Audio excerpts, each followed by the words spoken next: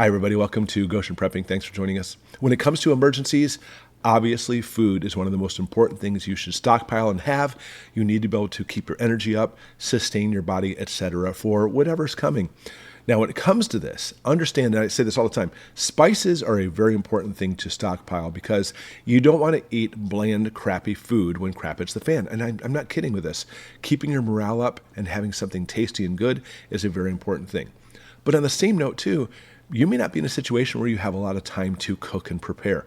So today's video is really dedicated toward food that you should have on hand. Stockpile a lot of this stuff for emergencies because, when crap hits the fan and things get really hairy and dicey, you don't have a lot of time to cook. You can just pull this kind of food out. And specifically, what am I talking about? I'm talking about different varieties of canned food. Not necessarily, although you could include in this beans and corn and peas, etc. Honestly, as a kid, I used to love just having a can of corn with some butter on it, and it was delicious. With GMO corn today, I'm not sure if I would actually do that. And that's one of the things I'll talk about too is GMO'd. But when it comes to canned food, there's such a variety of canned food out there that you can have. For example, like chili. I have right here Marie Callender's, Angus beef chili in a can. And these are nice.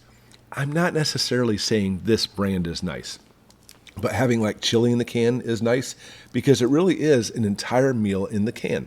Now, if you want to warm it up in the can, by the way, you can do that, but having excess heat in the can is actually really not good for it.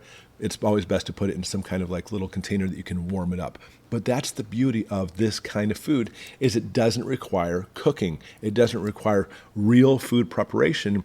Instead, it's all simply just about warming it. Now, why don't I specifically endorse Marie Callender's? This one doesn't have it. I've had this can in my stockpile forever, probably speaking, and it doesn't say anything on here about having GMO'd ingredients or, bioengineered ingredients, as they call it now. By the way, tomorrow I'm putting a video out all about bioengineered ingredients and what to look for. You'd be surprised in how it's in so much of your food. But a lot of the food is actually labeled. It says bioengineered now, but not all of it, and that's what I'll show you tomorrow. Now, personally, we do have some of this Angus beef chili. It probably has some GMO corn in there, probably some GMO soybeans in here. Yeah, it may contain soy. And that's one thing. But it's all one container. Personally, I like Amy's chili. And Amy's has a whole line of stuff. Here's their chili, black bean. Oh, here's mine. Oh, yeah, spicy chili, really good stuff. It's organic. You're not going to find a lot of the really nasty ingredients in this as you'd find in other things. And no matter what you like, I would stockpile on these kind of cans that all they really need is some heating. And there's so many different cans to choose from. Let's go into a few of these, and I want you to show you what you should be stockpiling. Now, this should not be the only thing, by the way. You need to stockpile for longevity, even like rice and beans. But canned food is fantastic.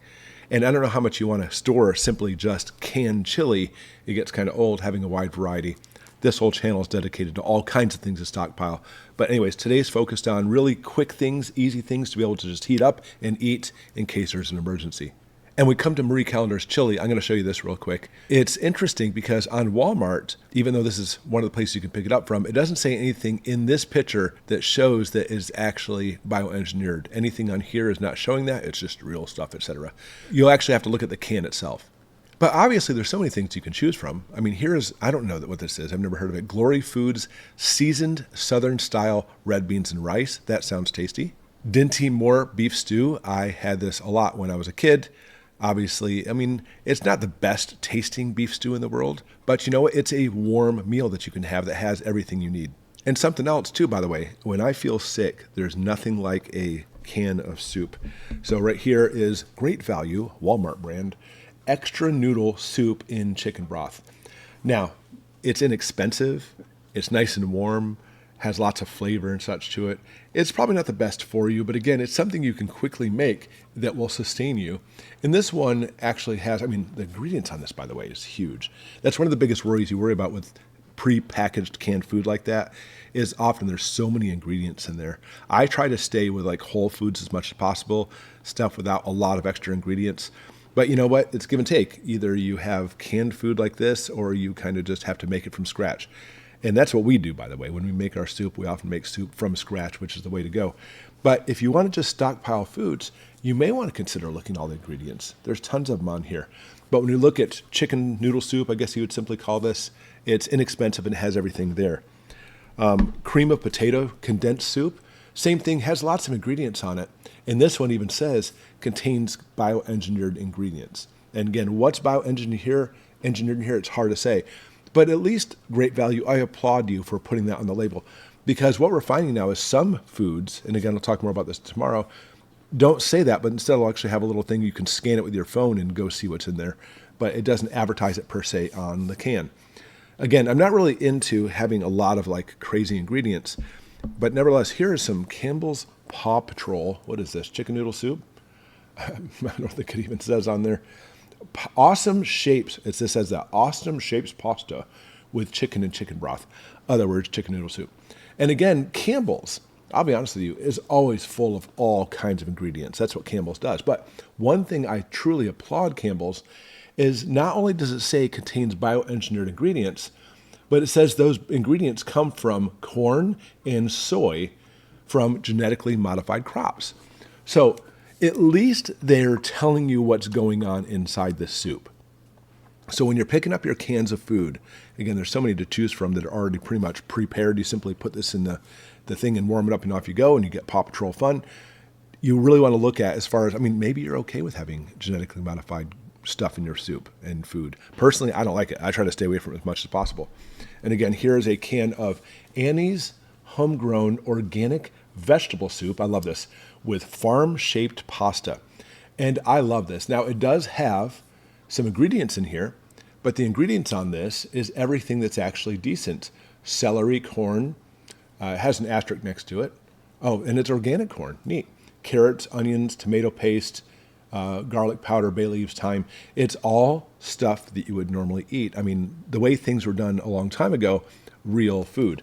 So in other words, you don't necessarily have to buy Campbell's. You don't have to necessarily buy Dinty Moore stew. There are many options that you can have that's actually good for you as far as canned food goes. And canned food, by the way, lasts, practically speaking, indefinitely. Years and years and years, decades and decades. Pull top can, we actually got this. There's a store here that has a lot of discount stuff. We got this for 75 cents for Annie's stuff. That's really good. The pull tops, by the way, people don't like the pull top stuff. It's not bad. You just have to be careful. For example, actually, I was going to show you, every one of the cans I have here is pull top tabs. You have to be careful with them because with the pull tops, this is more fragile. It's just easier to pop open if you have it on a shelf, etc. So just be careful with that. If you stack up your cans, for example, we have our canned soup. And of course, they stack up on each other nicely, and they have the pull tops on there. This actually stores without having to worry about the top part rupturing. And that's when we talk about canned food. Canned food is good indefinitely. Even the government tells you this. Wait, the expiration date isn't really an expiration date. It's a best by date.